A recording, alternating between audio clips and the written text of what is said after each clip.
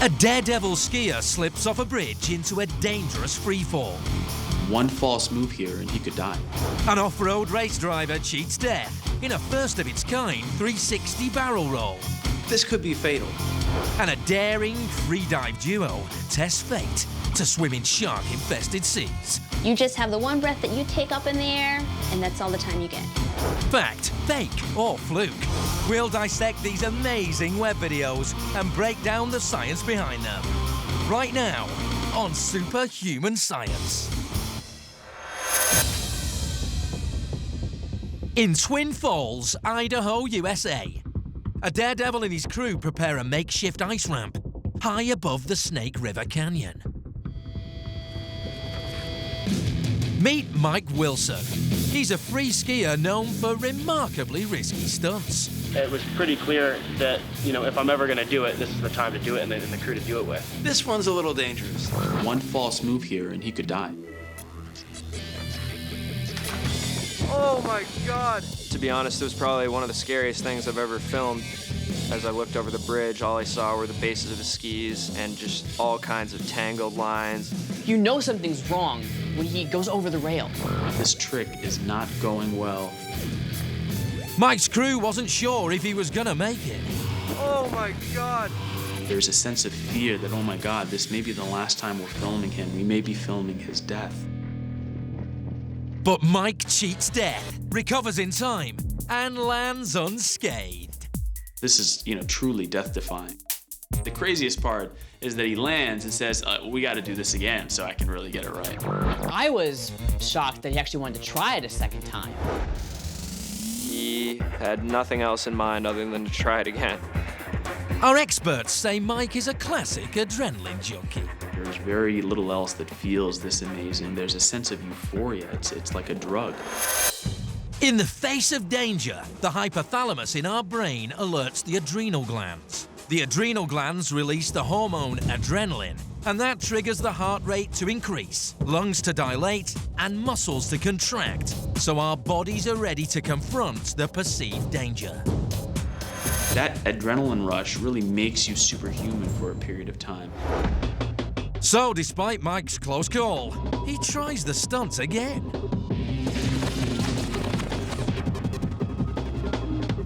He lands on that railing perfectly and really just sort of does a coordinated fall this time and releases his chute with enough time to actually have a nice gliding land on the water. So how does he do it? In this stunt, timing is everything. Base jumping is different from skydiving when you've got all that time to worry about deploying your chute. When you base jump, you often have to deploy your chute immediately. There's little time for any free fall. The bridge is only 140 meters high, which means it's only 4 or 5 seconds before he's going to hit the ground. It's really the split-second decisions that he makes that are the difference between life and death. And this time, everything goes as planned. Mike Wilson's amazing stunts place him in some rare air. Few mortals could do what he does. In our book, that makes him superhuman. Talk about a perfect landing and a perfect performance for this jump. He did this stunt twice. I would not recommend doing it a third time. From a stomach-churning ski-base freefall, we shift to a daredevil driver in a 360 barrel roll.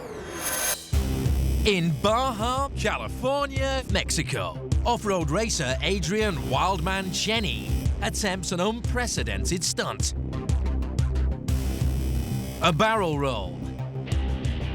This could be the first ever ground-to-ground 360 in a four-wheel vehicle.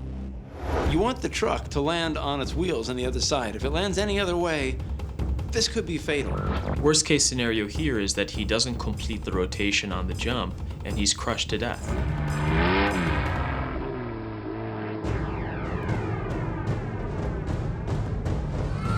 And Wildman makes it. Came up with a very sturdy ramp. So far is working very well, so we're very happy. Even in front of throngs of fans, it's hard to believe he did it on his first try. If all of the people weren't there, You would probably think that it was manipulated somehow in visual effects. But it's hard to fake a stunt when 1,000 people are watching, so there's no doubt it's real. Barrel rolls are nothing new, but what makes this one so special is the landing. Wildman doesn't ease his wheels onto a perfectly placed down ramp. Instead, he slams down on the hard, cold ground. I don't care what kind of suspension you have on there, it's a pretty severe and traumatic impact. He's gonna feel like he's been in a car accident and feel beaten up. But Wildman escapes without serious bodily harm, which makes this landing even more extraordinary. So how does he do it? The real science behind this stunt is all in the takeoff. First, Wildman's ramp has to be built at just the right angle. If you're trying to launch something off the ground and give it the biggest airtime, you would want to shoot for about 45 degrees. If the ramp were much steeper than 45 degrees, he'd have too much hang time and too hard a landing.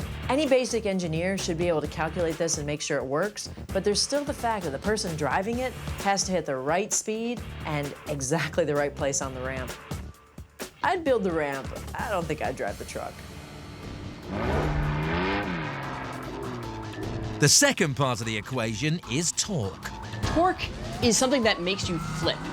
It's a force that turns something, it rotates something. Wildman's team custom designed this 3-meter tall ramp to create the perfect amount of torque. You see you have the 2 ramps at the bottom that let the tires of the car go on. And you have the 1 pedestal ramp, and that's the key to make it flip. That's what's going to apply a torque. That pushes up on the car from the one side. Gravity is pushing down on the car from the other side, and that makes an axis of rotation along the center. The laws of physics tell us that the truck could keep spinning indefinitely if it weren't for the ground getting in the way. Basic high school physics. He's a projectile, he comes off a ramp, gravity's gonna pull him down. How long he is in the air will depend on the height of the ramp, the angle at which he exited, and his entering velocity to the ramp. The entire stunt lasts just a few seconds, but it took Wildman and his team 2 years and over 30 test runs in a practice pit to get it right. What I want to do is just go and, with baby steps, work my way up to doing a stunt. The whole idea was, got to get the truck weightless just for that fraction of a second, and then you can start the rotation. You have to take into account things like the height of the ramp, the mass of the vehicle, the angle of the ramp. All of these things must be meticulously planned, and they were. And that's why this is so amazing. In Honduras, off the island of Roatan, a freediver swims to the bottom of the Caribbean Sea with only the air in his lungs. He seeks a potentially deadly encounter with a true menace of the deep. In the water with sharks, no tank. If you make the wrong move, they could... This is really a double dose of death-defying. A second freediver freezes below. Circling overhead is a predator that reaches up to 3 meters and 70 kilograms. These are Caribbean reef sharks. There have been 27 instances of this type of shark attacking people. Anything with teeth can bite. So we're not certain that these divers are not going to get attacked. These fearless divers are Eusebio and Cristina Sáenz de Santa Maria. They're free dive record holders and husband and wife. To be underwater with them and to be able to share the ocean with these fantastic creatures. I want to see more sharks, I want to see different species of sharks, and I want to see them around the world. For me, to look into the eyes of a shark is incredible, because what I see is a primitive creature that acts on pure instinct. So how does this couple survive their risky underwater adventure? Our experts dive into the science. It's not just sharks. It's the risk of passing out, drowning. This is really a physiological feat and a mental feat. You don't have an external supply of oxygen like scuba divers do. You just have the one breath that you take up in the air, and then you go down, and that's all the time you get. The key is inner and outer calm, and only small fluid motions. You can see here at one point, she's facing the shark and the shark is almost coming face to face with her. Inside a shark's head are hundreds of electroreceptor sensors, jelly-filled pores lined with nerve cells. These receptors are so sensitive, they can detect even the faintest change in the beating of a human heart in the water around them. It is very crucial here that the divers stay very calm, avoid any rapid motions that the shark could deem as threatening. These seasoned free divers are experts at staying calm. You can't really get too stressed about it, you know, because otherwise your heart rate is gonna pump out much faster. They know that to survive, they must conserve oxygen. One thing that expends oxygen is having an increased heart rate. These guys are having to really slow down their heart, and some of them will slow down their heart by half or even potentially 2/3, down to 20 beats a minute. Preparation for this feat means inhaling more air. A free diver can train to be underwater for easily 3 minutes, maybe 4. A free diver knows how to put air in other places, how to use the muscles of their abdomen and of their throat to do what's called lung packing. And the way you train is with apnea training. It's basically timed intervals of holding your breath and then resting and holding your breath again. But holding your breath for too long robs your brain of needed oxygen, and without oxygen, your body shuts down and you pass out. A blackout here is deadly. Underwater with sharks, it's not where you want to be. Eusebio and Christina surrounded by sharks is exhilarating to watch, but are they superhuman? Our experts are mixed. To go free diving with sharks, I mean, these guys are reaching another level of superhuman. It is crazy, it is dangerous, it is beautiful, but not superhuman.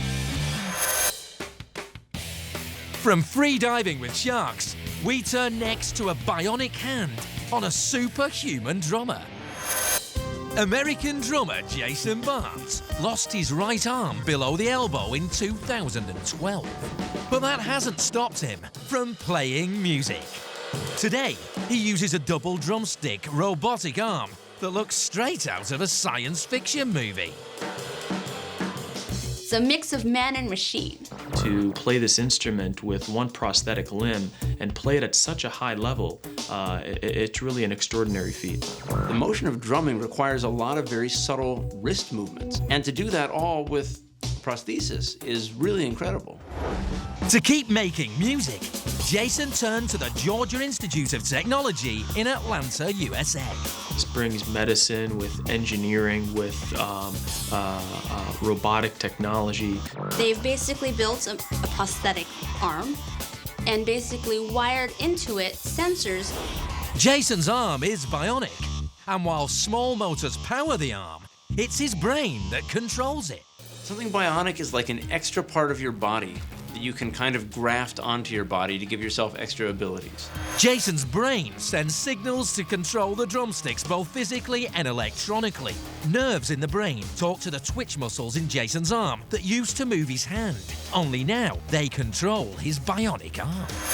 So the muscles in his bicep that ordinarily would have controlled his hand are controlling this prosthesis in basically the same way. And Jason has adapted to it to make more music than he ever imagined. So there's sensors that push up against my muscles that allow me to flex and send signals to the computer that will essentially tighten or loosen the rebound in the stick. So I can get really slow bounces or really fast bounces, you know, anywhere from drumline stuff to just normal playing drums. The second drumstick is programmed to operate autonomously and respond to what Jason plays with the first stick. They didn't just give him a drumstick on a prosthesis. They gave him 2 drumsticks, one of which is hooked up to his bicep and responds to his muscle movements, and the other of which is improvising based on what it hears the first drumstick do. Basically, there's a computer chip in there that is sort of listening to the music and sort of freestyling. It literally hears what the first stick does and then improvises based on that.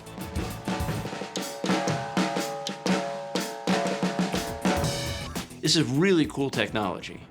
The bionic arm has improved Jason's drumming skills and his speed too. So there's the robot playing things in between what I'm playing.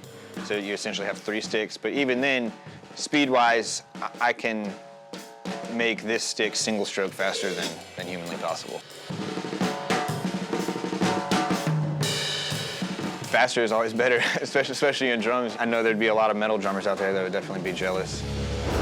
Jason and his bionic arm make a hard-hitting team, but is it superhuman? I mean, this is really an example of superhuman science with no clear limit at this point.